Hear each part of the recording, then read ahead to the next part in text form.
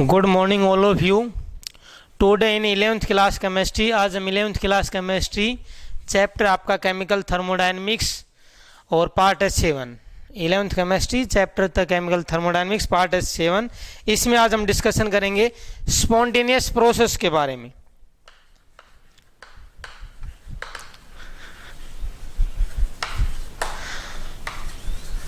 कि spontaneous process क्या होती हैं। तो देखो स्पॉन्टेनियस प्रोसेस क्या होती है, देखो क्या होती है spontaneous process.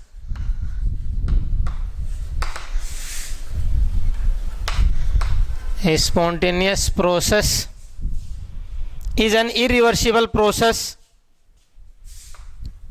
Is an irreversible process.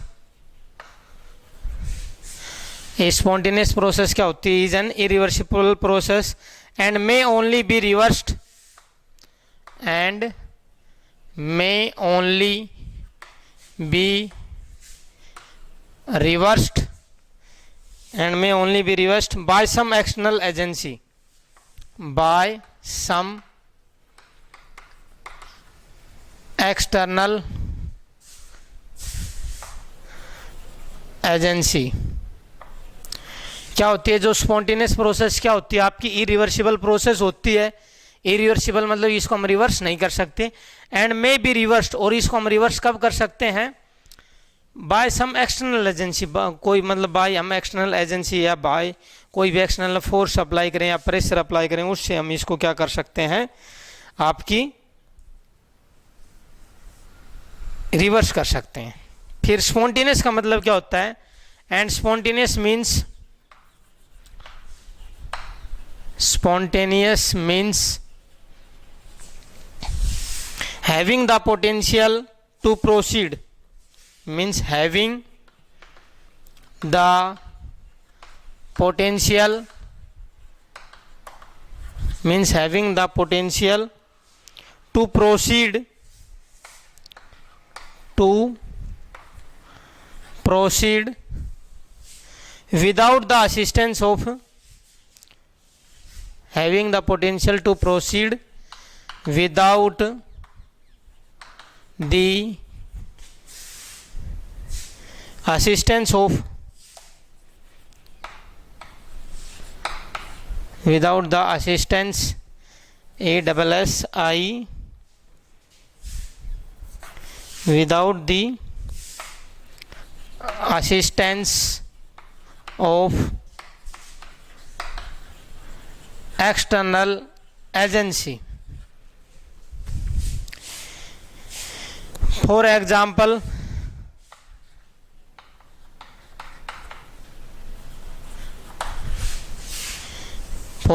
में क्या है, flow of water down hill, flow of water down hill, और flow of a stone on the ground, और fall of a stone on the ground. देखो स्पॉन्टेनियस प्रोसेस क्या होती है आपकी, इज एन इरिवर्सिबल प्रोसेस। ये आपकी क्या होती है, इरिवर्सिबल प्रोसेस, और रिवर्स क्या करते हैं कुछ एक्सटर्नल एजेंसी से। और स्पॉन्टेनियस का मीनिंग क्या होता है, हैविंग पोटेंशियल, कि उसमें क्षमता होती है, to proceed without the assistance of external agency, कि बिना कोई एक्सटर्नल फोर्स से अपने आप हो जाती है, वो क्या कहलाती है आपकी स्पॉन्टेनियस। मतलब जो रिएक्शंस अपने आप हो जाती है उनको बाहर की कोई एक्सटर्नल एजेंसी की रिक्वायरमेंट नहीं होती है। जैसे फ्लो ऑफ वाटर डाउन ए हिल, जैसे पहाड़ी से पानी का ऊपर से नीचे आना, तो उसमें कोई फोर्स की बाहर से एक्सटर्नल एजेंसी कोई अप्लाई नहीं होती, अपने आप आ जाता है। या down fall of a stone on the ground, या अगर हम ऊपर से कोई पत्थर या चौक फेंकते हैं तो डाउन जाता है, तो उसमें भी कोई फोर्स की। तो ये जो प्रोसेस अपने आप होती है, आप मोमबत्ती को एक बार जला देते हैं तो जलती रहती है, तो ये आपकी क्या बोलती हैं, स्पॉन्टेनियस प्रोसेस। अब इसमें क्या करें, by enthalpy change and entropy change we can not determine the spontaneous change. जो आपकी एंथैल्पी चेंज है और एंट्रोपी चेंज है, इससे हम आपका स्पॉन्टेनियस चेंज का पता नहीं लगा सकते, इसलिए एक नया फैक्टर आया है, इंट्रोड्यूस हुआ है।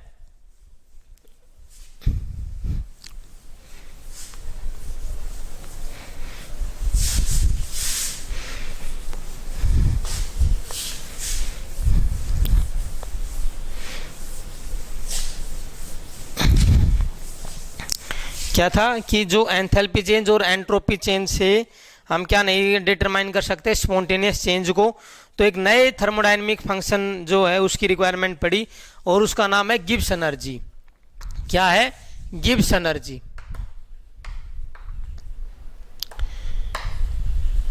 और इसको रिप्रेजेंट करते हैं जी से, और ये किसके इक्वल होता है? H minus T S. क्या होता है? H minus T S. और जी क्या होती है आपकी? एक it is an extensive property, it is an extensive property and thermodynamic function, and thermodynamic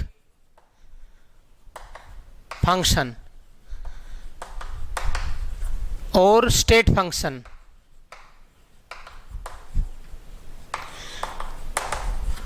जी क्या होता है आपकी? एक एक्सटेंसिव प्रॉपर्टी होती है और ये आपका स्टेट फंक्शन भी होता है। स्टेट फंक्शन का मतलब इसकी वैल्यू इनिशियल और फाइनल स्टेट पे डिपेंड करती है। जैसे अगर ये हम G1 G2 लेंगे, ये H1 H2, तो उससे आपकी इक्वेशन आएगी delta G equal to delta H minus T del S. क्या आएगी? Delta G equal to delta H minus T del S. अब क्या होता है कि कोई भी रिएक्शन स्पॉन्टेनियस है या नहीं है, तो उसके लिए हम कैसे पता चलेगा कि ये रिएक्शन स्पॉन्टेनियस है नहीं है? तो उसके लिए delta G gives a criteria for spontaneity.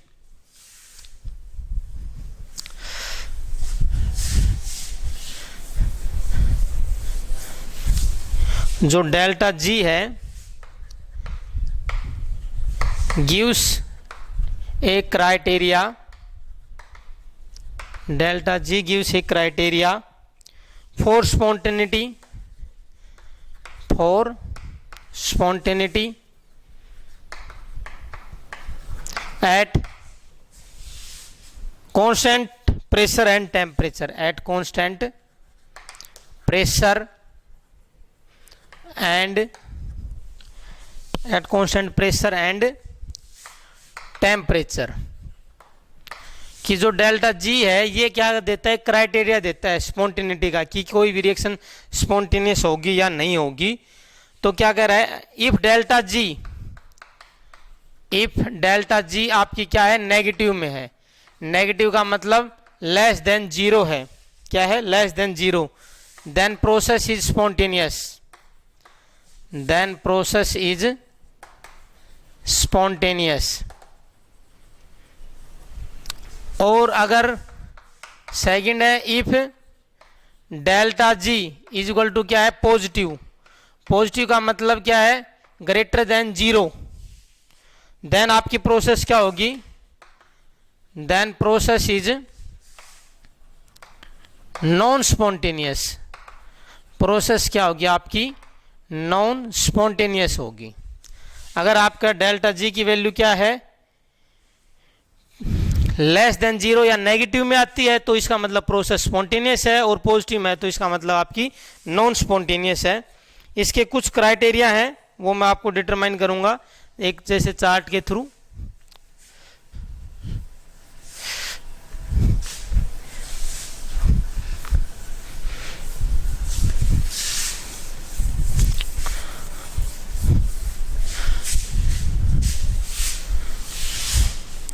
जैसे ये है आपका चार्ट में,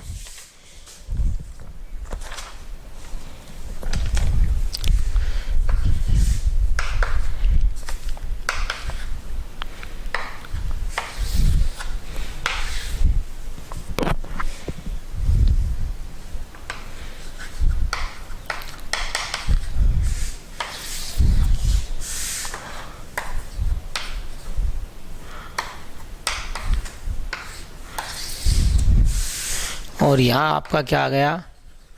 डिस्क्रिप्शन। तो ये देखो क्या है? नेगेटिव, पॉजिटिव, तो ये नेगेटिव, तो क्या है आपकी reaction spontaneous at all temperature, at all temperatures. Reaction क्या होगी आपकी? स्पॉन्टेनियस होगी एट ऑल टेम्परेचर्स पे। ये भी नेगेटिव, ये भी नेगेटिव, ये नेगेटिव होगी, एट लो टेम्परेचर, तो क्या होगा, रिएक्शन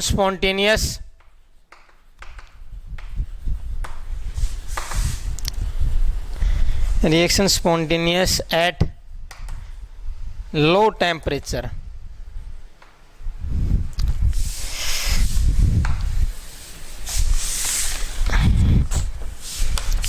ये नेगेटिव पॉजिटिव,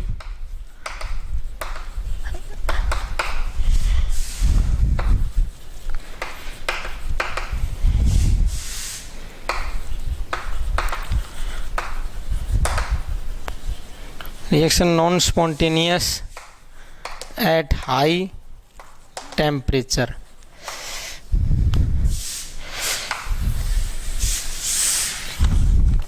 फिर क्या है आपका,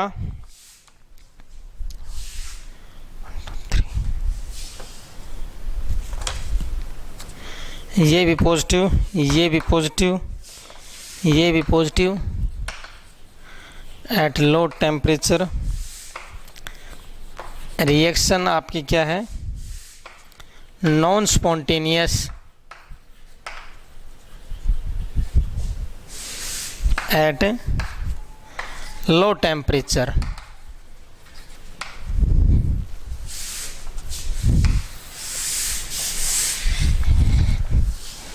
और ये क्या है, ये भी पॉजिटिव, ये भी पॉजिटिव, ये नेगेटिव है eight high temperature.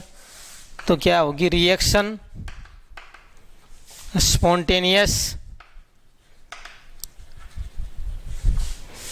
Eight high temperature. और लास्ट है आपका, ये आपकी पॉजिटिव, ये नेगेटिव, ये होगी पॉजिटिव एट ऑल टेम्परेचर। तो क्या है, reaction non spontaneous at all temperatures. तो देखो इसमें क्या बताया गया है, देखो अगर आपकी डेल्टा एच की वैल्यू, देखो ये आपकी इक्वेशन थी, delta G equal to delta H minus T del S. इसके अंदर डेल्टा एच की वैल्यू नेगेटिव है और डेल्टा एच की वैल्यू पॉजिटिव है, तो डेल्टा जी की वैल्यू नेगेटिव आएगी। देखो यहाँ डेल्टा एच की वैल्यू नेगेटिव है और ये पॉजिटिव है, तो ये ओवरऑल क्या आएगी, नेगेटिव, ये भी नेगेटिव, तो डेल्टा जी की वैल्यू नेगेटिव और डेल्टा जी की वैल्यू नेगेटिव का मतलब रिएक्शन स्पॉन्टेनियस होगी सभी टेम्परेचर पर। लेकिन अगर आपकी डेल्टा एच की वैल्यू नेगेटिव और इसकी भी नेगेटिव और ये आपका लो टेम्परेचर, तो ये नेगेटिव आएगी। देखो इसकी वैल्यू नेगेटिव है, ये नेगेटिव आने की वजह से ये वैल्यू ओवरऑल क्या हो जाएगी, पॉजिटिव। लेकिन अगर टेम्परेचर कम है तो इसकी वैल्यू क्या होगी, कम, और ये वैल्यू ओवरऑल ज्यादा, ये वैल्यू ज्यादा, तो ओवरऑल डेल्टा जी की वैल्यू क्या आएगी, नेगेटिव। नेगेटिव आएगी तो आपकी रिएक्शन क्या होगी, स्पॉन्टेनियस होगी। नेक्स्ट देखो क्या करा है, negative negative eight high temperature, तो रिएक्शन क्या होगी, नॉन स्पॉन्टेनियस। देखो ये भी नेगेटिव, ये भी नेगेटिव, लेकिन आपका टेम्परेचर क्या है, हाई है। हाई होने की वजह से ये वैल्यू ओवरऑल क्या आएगी, पॉजिटिव में, ये वैल्यू क्या आएगी ओवरऑल पॉजिटिव में। तो ये पॉजिटिव है तो ओवरऑल जो डेल्टा जी की वैल्यू किस में आएगी, आपकी पॉजिटिव में, तो रिएक्शन नॉन स्पॉन्टेनियस होगी। और ये positive positive eight low temperature, ये भी पॉजिटिव है, ये भी पॉजिटिव है, तो टेम्परेचर लो है तो ये वैल्यू हाई होने की वजह से डेल्टा जी की वैल्यू पॉजिटिव आएगी, तो आपकी रिएक्शन नॉन स्पॉन्टेनियस होगी। लेकिन हाई टेम्परेचर होने पर ये वैल्यू क्या हो जाएगी, ज्यादा नेगेटिव में, ये वैल्यू ज्यादा नेगेटिव का मतलब डेल्टा जी की वैल्यू नेगेटिव, तो रिएक्शन स्पॉन्टेनियस। ऐसे ही अगर नेगेटिव नेगेटिव है, सॉरी ये पॉजिटिव है और ये नेगेटिव है, तो ये ओवरऑल पॉजिटिव, तो रिएक्शन आपकी हमेशा क्या होगी, delta G positive at all temperature. It means इसमें समराइज में आपका यही है कि आपकी जो रिएक्शन है स्पॉन्टेनियस कब होगी, जब आपकी डेल्टा जी की वैल्यू ओवरऑल क्या आनी चाहिए, नेगेटिव आनी चाहिए।